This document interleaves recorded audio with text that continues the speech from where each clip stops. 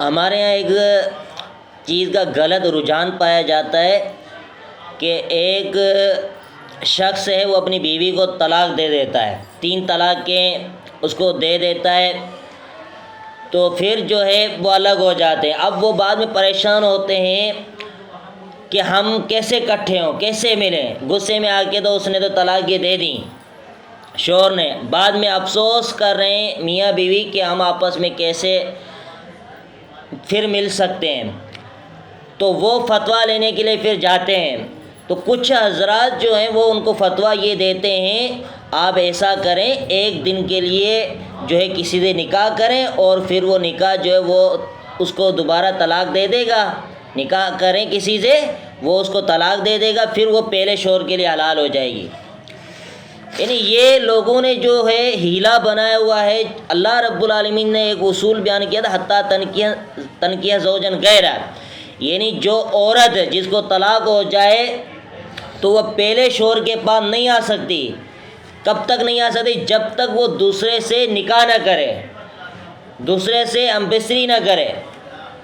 تو یہ ایک شرعی اصول تھا کہ عورت جو ہے وہ دوسرے سے نکاح کرے گی، اس کے ساتھ جو ہے پوری زندگی گزارے گی، پھر ان کے اندر کوئی مطلب ہے کہ کوئی پریشانی واقع ہو جاتی ہے یا وہ نہیں بن پاتے، کئی سال کے بعد یا کئی مہینوں کے بعد ان کا رشتہ چلتا نہیں ہے، پھر ان کے اختلافات بھی بڑھ جاتے ہیں، دوسرا شوہر بھی اس کو کیا کر دیتا ہے؟ طلاق دے دیتا ہے، یا وہ فوت ہو جاتا ہے، ایکسیڈنٹ ہو جاتا ہے، مر جاتا ہے یا شہید ہو جاتا ہے، جو بھی معاملہ دوسرے شوہر کے ساتھ ہوتا ہے، تو وہ جب طلاق اس کو مل جائے یا وہ فوت ہو جائے، پھر عورت عدت گزار کے پھر جو ہے پہلے شوہر کے پاس آ سکتی ہے۔ اس کے علاوہ جو ہے لوگوں نے جو ہیلا نکالا ہوا ہے حلالے کا، وہ کیا ہے ہیلا؟ کہ بھائی وہ عورت جو ہے جس کو طلاق ہو گئی، 3 طلاق ہو گئی، وہ دوسرے کے پاس جو ہے وہ 1-2 دن کے لیے نکاح کے لیے جائے گی تو وہ اس کو حلال کر کے دے گا۔ تو یہ دین اسلام کے ساتھ کھلواڑ ہے، یہ مذاق ہے دین اسلام کے ساتھ۔ اللہ رب العالمین نے ایک شرعی اصول بتایا ہے کہ جس طرح میاں بیوی آپس میں تعلق قائم کرتے ہیں، اس طرح یعنی وہ آپس میں تعلق قائم کریں گے۔ شادی کرنا، کوئی نکاح کرنا کوئی عام بات ہے، اس کے لیے پوری زندگی جو ہے میاں بیوی آپس میں عہد کرتے ہیں کہ ہم جو ہے ایک دوسرے کا رشتہ نبھائیں گے، اس رشتے کو چلائیں گے۔ لیکن کچھ لوگ جو ہے مذاقاً جو ہے ایک دن کے لیے، ایک رات کے لیے جو ہے، یا 2 دن یا 2 راتوں کے لیے جو ہے وہ نکاح کرتا ہے عورت سے، اور وہ پہلے والے شوہر کے لیے حلال کر کے دیتا ہے، اس کو پھر طلاق دے دیتا ہے، بھائی پہلے والے شوہر کے لیے حلال ہو جاتی ہے۔ یہ کون سا انصاف ہے؟ یہ کون سا دین ہے؟